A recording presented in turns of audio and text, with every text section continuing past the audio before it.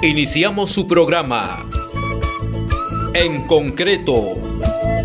Noticias, entrevistas, análisis, comentarios y conexiones en todo el país sobre el sector construcción civil en el Perú. Orgulloso me siento de ser constructor. Orgulloso me siento de ser constructor. Este programa llega gracias al CONA, con el patrocinio de la Federación de Trabajadores en Construcción Civil del Perú, una producción de RCR, Red de Comunicación Regional.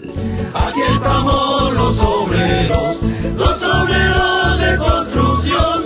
Aquí estamos siempre unidos y nadie nos podrá vencer. A esta hora ya estamos en comunicación con Fernando Cuadros Luque, economista de la Universidad del Pacífico, ex viceministro de Promoción del Empleo del Ministerio de Trabajo, a quien le damos la bienvenida. Señor Luque Cuadros, ¿cómo están? Muy buenos días.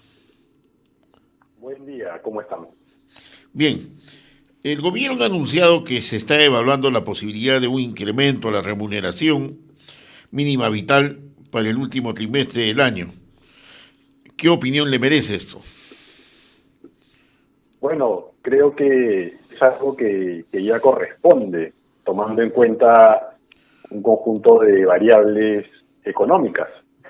Hay que considerar que ya existe un mecanismo técnico de revisión del salario mínimo aprobado por el Consejo Nacional del Trabajo en el año 2007 y que fue actualizado en el 2022 y una asistencia técnica del OIT, del cual se desprende que ya correspondería realizar un incremento en el salario mínimo, considerando pues la evolución en los últimos años de la inflación, de la productividad laboral, y que ya estamos en un contexto de reactivación de la economía, además de que los trabajadores han sufrido una importante pérdida de poder adquisitivo en el periodo post-pandemia.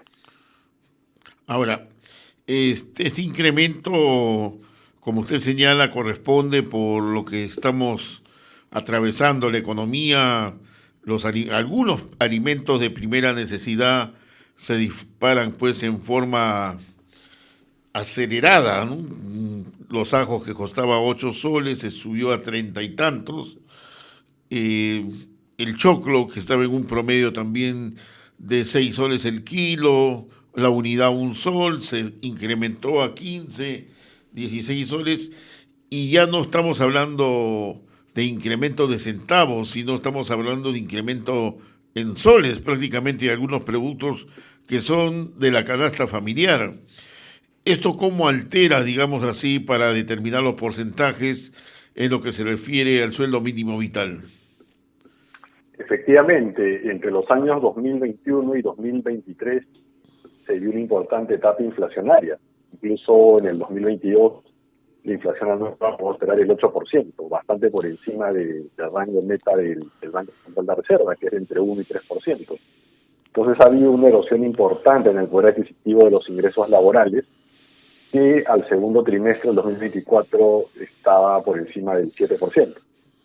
Entonces, a partir de la aplicación del mecanismo técnico del CNT, correspondería que el salario mínimo, partiendo de su valor actual de 1.025 soles, incremente en al menos 14%, tomando en cuenta, repito, los criterios de inflación y productividad, lo cual implicaría una mejora de 143 soles y elevaría el salario mínimo hasta los 1.168 soles. Eso, repito, partiendo del salario mínimo vigente de 1.025 soles. No obstante, si hubiéramos aplicado este mecanismo técnico del CNT desde el 2007, cuando se creó, de manera estricta, actualmente el mínimo ya debería estar en 1.249 soles, es decir, un incremento de 22% respecto al valor actual, o de 224 soles. Entonces, digamos que a la fecha hay un margen técnico para incrementar el salario mínimo hasta entre 1.168 soles y 1.249 soles. Ojo, eso incrementamos el mínimo en este momento, ¿no? O en el plazo de 30 días hábiles que ha dado el CNT a su comisión de salario mínimo. Pero si esperáramos hasta finales de año, habría que agregar a esta cifra el valor de la inflación del 2024, así como de la mejora de la productividad del mismo año. Ahora, hay quienes se oponen porque consideran que la microempresa, la pequeña empresa, podría quebrar, digamos así, porque no estarían en la posibilidad de subsanar, digamos, con los ingresos o con lo que venden. ¿Esto es así? ¿Esta es esa realidad? No, porque primero, como decía hace un momento, estamos en un contexto de recuperación económica. Entre enero y mayo, casi en el primer semestre de este año, el PBI ha crecido cerca del 3% y se prevé que crezca más del 3% a lo largo del 2024, según las mismas cifras oficiales. Entonces es un escenario ya de reactivación de la economía. Por otro lado, hay que recordar que el salario mínimo es un instrumento de política laboral para el sector asalariado, sector dependiente, y específicamente para los asalariados formales. Y en este punto hay que recordar que el salario mínimo representa apenas el 36% de la remuneración promedio en el sector privado formal, que es el que va a acatar esta política en la práctica. Entonces el mínimo está bastante lejos del salario promedio de mercado pagado en el sector formal privado, y por ende no hay ningún peligro de cierre de empresas, de aumento de la informalidad laboral, el desempleo, si se incrementa el salario mínimo, siempre que, repito, se dé a partir de parámetros objetivos y criterios técnicos. Y un dato adicional tiene que ver con el hecho de que la remuneración promedio en las micro y pequeñas empresas formales está bastante por encima del salario mínimo. Un trabajador de una pequeña empresa formal en promedio gana 2.700 soles, mientras que un trabajador de una microempresa formal gana en promedio entre 1.600 y 1.700 soles, ¿no? Entonces, otra vez vemos que hay margen suficiente para incrementar el mínimo, siempre que sea sobre criterios técnicos, repito, en un contexto de crecimiento de la economía y de manera pues responsable. Ahora, cuando hablamos de sueldo mínimo, estamos hablando de cuántas horas de trabajo. El salario mínimo se aplica a todas aquellas personas que tengan jornada completa, ¿no? Y una jornada completa es desde 4 horas de trabajo diario, ¿no? El trabajo a tiempo parcial es aquel que implica menos de 4 horas de trabajo diario. Y en ese caso se paga la proporción correspondiente al salario mínimo.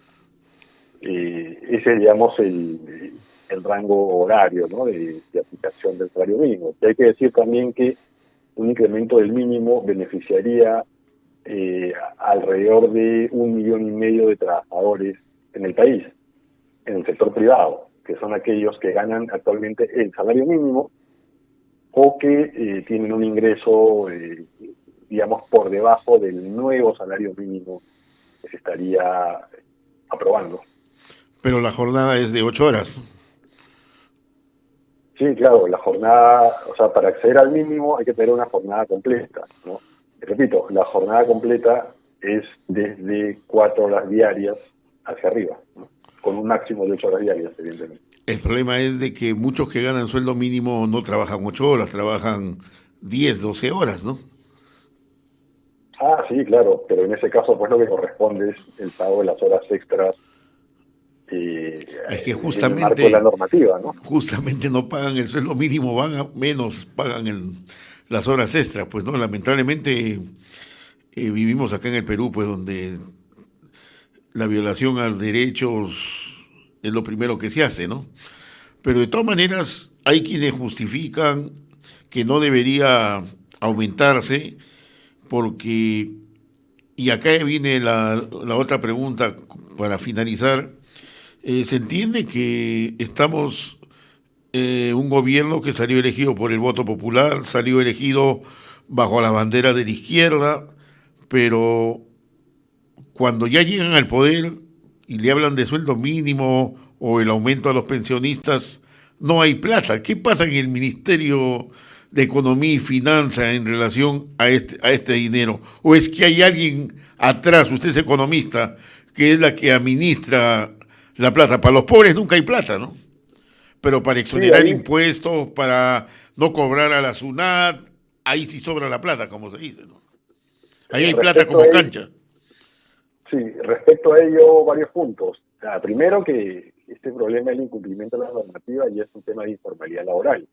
Y la informalidad laboral no se soluciona manteniendo estancados los salarios o afectando el poder adquisitivo de la remuneración mínima. Ese problema se soluciona con varias herramientas. Una de ellas, con un fortalecimiento de la política de fiscalización laboral, para que las empresas que están en capacidad de pago se formalicen, que tengan capacidad de pago, mejor dicho, se formalicen, que son varias. Hay un 40% de asalariados informales no declarados en planilla, que sin embargo ganan por lo menos el salario mínimo o más, ¿no? Se tienen que aplicar políticas de mejora en la productividad, sobre todo en las empresas de menor tamaño, y también de diversificación productiva, incentivando económicamente a sectores con alto potencial de generación de empleo asalariado, sobre todo formal en el país. Entonces, mantener salarios precarios no soluciona la problemática de informalidad, ¿no? Ni tampoco recortar derechos laborales. Sobre el tema económico, presupuestal, hay que recordar que esta medida aplica para el sector privado. O sea, acá la plata sale de los ingresos de utilidades de las empresas, de negocios, no sale del erario público. Entonces, ese no es un, digamos, obstáculo para subir el salario mínimo. Y en el sector público la mayoría gana por encima del mínimo, no hay ese problema. Y lo otro es que, efectivamente, lo que requerimos en realidad, aparte, de manera complementaria, es una reforma previsional integral. Pero no la reforma que se ha hecho ahora, que ahonda los problemas que ya existen, sino una reforma que vaya en la línea, pues, de contar con un sistema solidario de capitalización colectiva que permita garantizar pensiones adecuadas para todos. Y todos deberíamos aportar a ese sistema, dependientes, independientes, sector público, privado, a la par, de un proceso de formalización masiva en el país, ¿no? Y bueno, lamentablemente, pues, hay sectores que se dicen de izquierda, que siguen cierto enfoque, pero que es de la boca para afuera, ¿no? No se da en la realidad. Y terminan gobernando con sectores de corte más conservador y antitrabajador. Muy bien, gracias a Fernando Cuadros Luque, economista de la Universidad del Pacífico, por haber atendido nuestro llamado. Muchas gracias. De nada, un gusto, gracias a ustedes. Bien.